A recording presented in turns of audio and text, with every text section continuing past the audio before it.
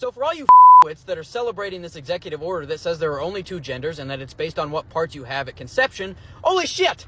I had no clue you guys were so chill with non-binary folks, because you guys been playing that shit awful close to the chest.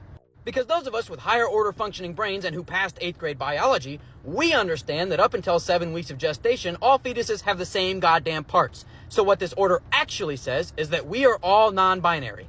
Now, I know you dipshits are down in the comment sections trying to rub those two brain cells together to comment something about chromosomes. So let me teach you something real quick. There are folks who have female body parts with XY chromosomes, and there are folks who have XX chromosomes with male body parts. And that says nothing about people with XXX or XXY chromosomes. This type of stupid shit is what happens when you have a septuagenarian with the brain of a 5-year-old that tries to categorize shit that scientists don't agree about. So from now on, I will be calling every single one of you ignorant, hateful shits non-binary. Not because I think it's an insult, but because you do. An executive order is not going to erase trans people. It's just going to cause us to be more fabulous and for us to speak out more. It's a piece of paper that will probably not hold up in court. If you're a trans person watching this, you are loved, you are valid. A piece of paper does not change that. Out of all the executive orders that Trump is signing, the thing I am most upset about is that he's forcing us government workers to come back into the office. Working from home has been great. I wake up at 9 a.m. and I send a good morning chat to my team just so they know that I'm online, and then I go back to sleep until noon. And waking up at noon is perfect because then I have a lunch break from noon to 2. Then I'll come back on at 2 p.m. I'll look at my email. I usually have some requests from my boss to do things, but I just delegate it to my colleague, Barry Listen.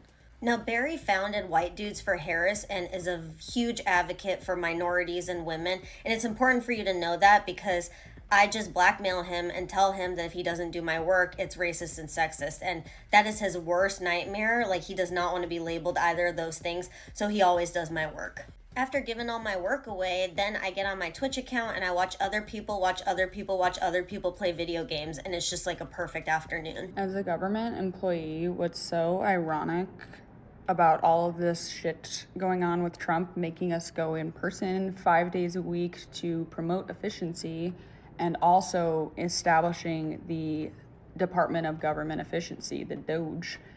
What's really funny is because of all of this news and all of the change in policy, we are yapping more at work. We are trying to digest everything that's going on.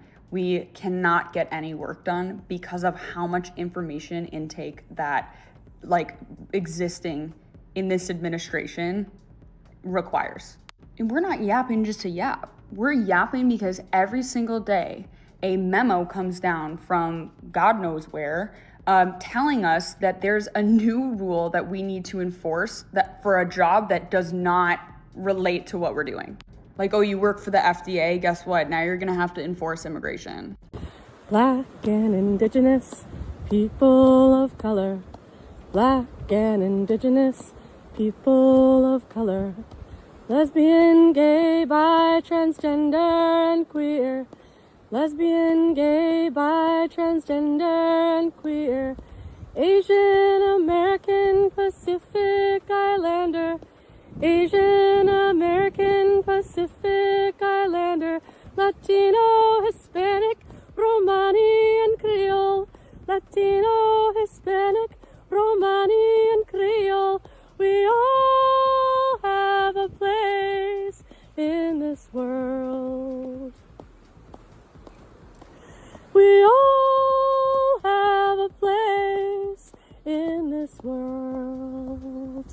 So now we live in a time where Selena Gomez, even though she is, a wealthy star, she can't have an opinion. She can't post online how she feels about deportations and immigration without being made fun of by the far right or the MAGA folks.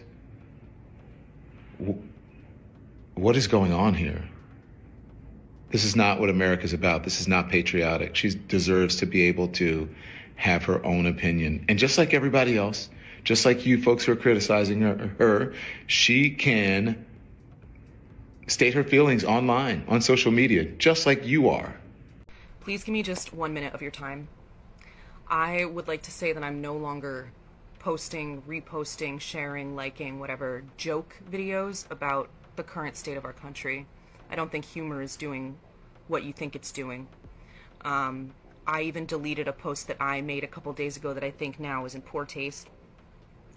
The SS and the Gestapo, the feds and ICE are here, and they don't care about the law, they don't care about Constitution, they don't care about warrants, they don't care about anything except rounding up people that they deem unacceptable and shipping them out. They are erasing the existence of trans people. We cannot get passports. I have to change my gender marker back out of safety. I'm talking complaints. I'm talking demands to see his superior officer. I'm talking long rambling stories about people he's never met and situations that are fully unrelated. Nothing is off the table. And if all of that fails, you pull out the white woman Hail Mary. That's right.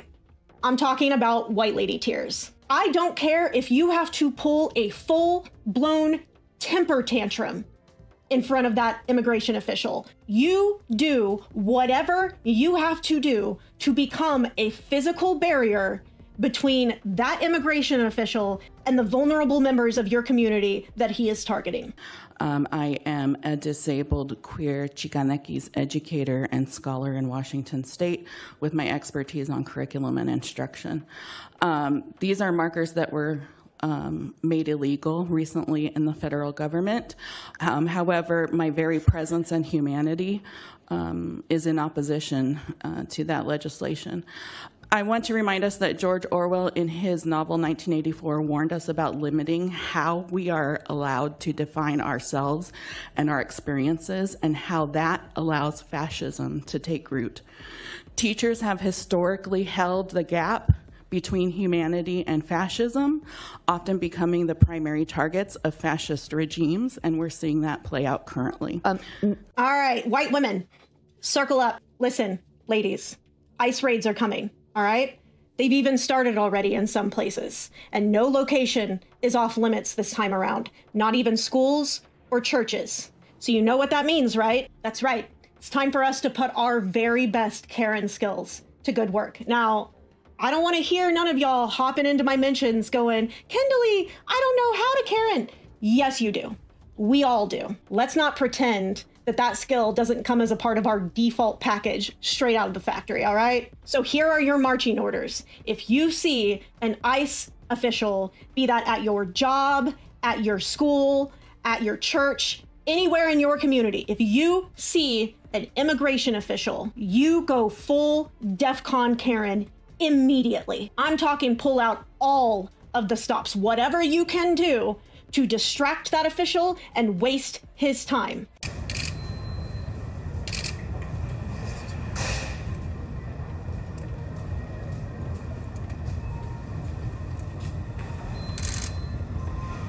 Who we got in there?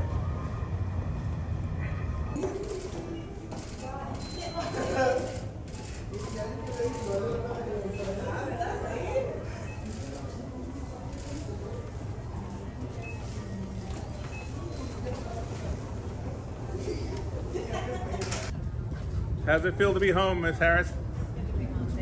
Thank you for your service.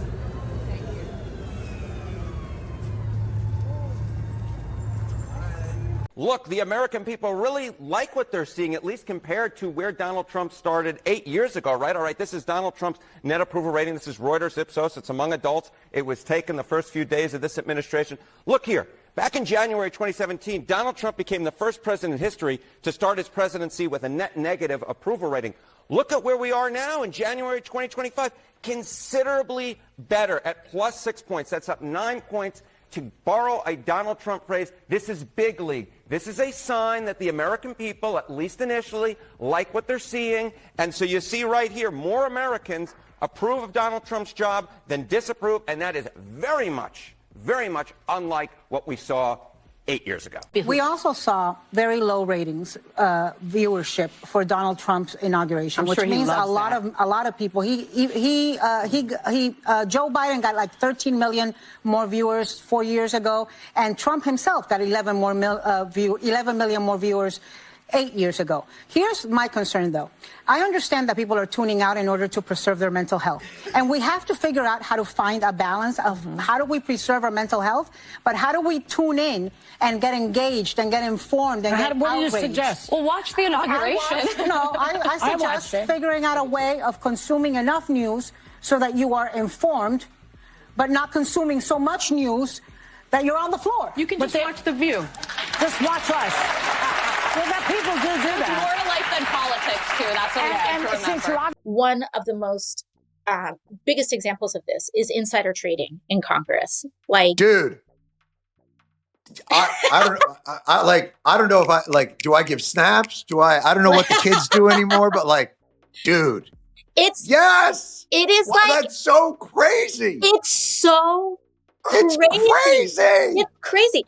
I mean, like, and this is the thing. It's like people think that everyday people are stupid. I'm like, do you all really think that people don't see this shit? Like, there's something called the 80-20 rule where 80% of the work in government is done by 20% of the people. And this is very, very true. People who get a job in the government a lot of times find out that it's very difficult to fire them, and they take advantage of this. One employee would come into the office, his start time would be 6:30, and he knew nobody would be there. And when I came in at 7:30 and I was the next person to come in, he was snoring at his desk every single morning. Another employee would take the government truck on an almost daily basis so that he could go out to lunch and then go and take a nap in his favorite park under a shady tree in the government truck.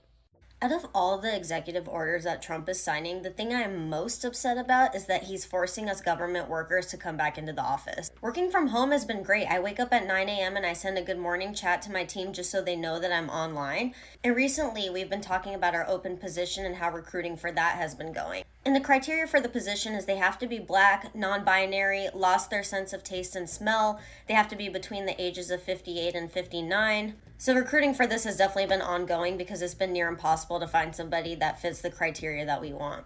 But after that, I send my goodnight chat to the team and then I'm done for the day. So I don't understand why Trump wants to mess with the system. Like, it's been going perfectly and I'm just really upset about it.